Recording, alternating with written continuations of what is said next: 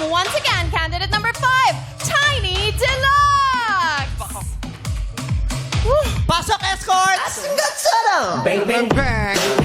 Bang, bang. Bang, bang. Ryan, joke.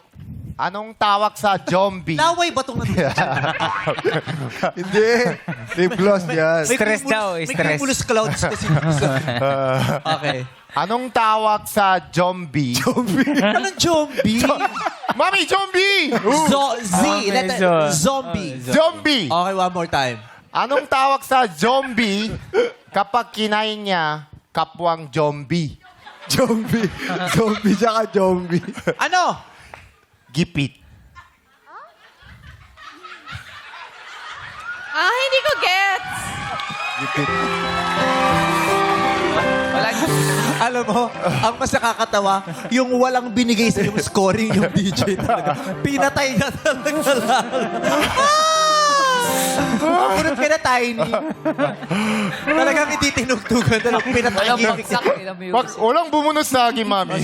A moment of silence, a joke has just died. Yeah. Zombie. Okay, thank you, Ryan and Jayon. Tiny, question! Magkano baon mo na nag-aaral ka? Po, Magkano baon mo na nag-aaral ka? nung college po, 500. 500. Ito. 500, laki na nun. Laki nun. O ito. Malayo po eh. O ito. Payag ka. 2.5 baon mo araw-araw. Pero pasampal pag binibigay. Payag ka. 2.5 baon mo araw-araw. Pero pasampal pag binibigay. Answer.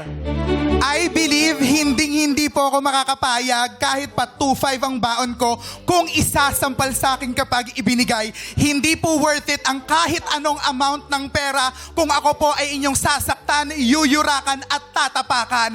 I believe, madlang people, na wag niyo pong tatanggapin ang kahit anong amount ng pera kung ang kapalit po nito ay inyong ikakapahamak. At lagi po nating tatandaan na no amount of money is equals your worth. And I thank you! May idea pa nga si Joe eh. Ano maganda pag binigay pag pasampal? Yung 2-5 coins. Nasa plastic. Nasa plastic mo kabalot. Pero nasa bag niyo yung coin na ko. Grabe, ang sakit no. Napakasalbahe naman nung nagpapaaral sa nun. Thank you. Palakpakan natin yung mga kandidata natin. Yes, Good yes. answers! Alamin na natin ang komento natin mga Hurado. Simulan natin kay Hurado, Max. What's up, mga people? Mentoy and Kim. Wow, you're so beautiful today. I hope you guys are proud of yourselves. Mentoy, I've loved you from the beginning, but yung sagot mo today, I was looking for a little more wit and substance. Overall, it made sense, pero I was looking for more creativity. But good job pa din. And Kim, also, what I liked about your quotable quote for me today was the world doesn't need more perfect people. It needs more compassionate ones. At tumatak talaga yan sa akin. So good luck to you both, beautiful ladies. Thank you, Hurado Max. Ngayon naman ang masasabi mo, Hurado Ralph. What's up, Madlang people? Happy Saturday sa ating lahat. Alright, dito tayo muna kay Cheska. Cheska, what I liked about your answer talaga is alam mo talaga kung saan papunta yung sagot mo.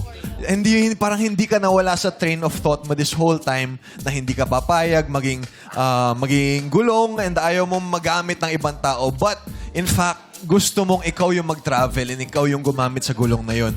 Kaya mula Batanes hanggang Hulo, tingnan natin kung sa Grand Finals ka didiretso. Alright. Kay Tiny naman. Alright, I really loved yung conviction mo this whole time na hindi ka papayag kahit sampalin ka pa ng 2.5 araw-araw. Sa ekonomiya natin ngayon, alam natin na napakalaking bagay na yon. So, knowing that may amount of self-respect ka pa rin sa sarili mo na, hindi, I will work my hardest kahit isampal sa akin yung pera na yan, hindi ko tatanggapin. And the fact na you know your worth, you know the worth of other people as well, and you encourage them to do that, good job. Congratulations to the both of you. Thank you so much, Hurado Ralph. At good luck sa ating mga kandidata. Dalawang kandidata ang papaslak sa final round. Ikaw ang unang pasok sa declamation.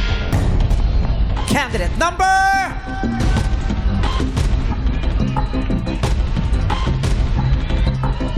2, Cheska Day!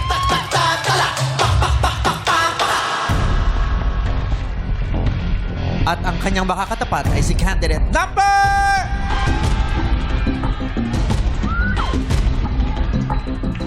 Tiny Deluxe! Congratulations, ladies! Thank you naman sa inyong pagsali. Mentoy, Alexa Ang at Kim Mansilla. Makatanggap pa rin kayo ng tig 10,000 pesos. Reclamation round na sa pagbabalikan ng our show! Our time is showtime!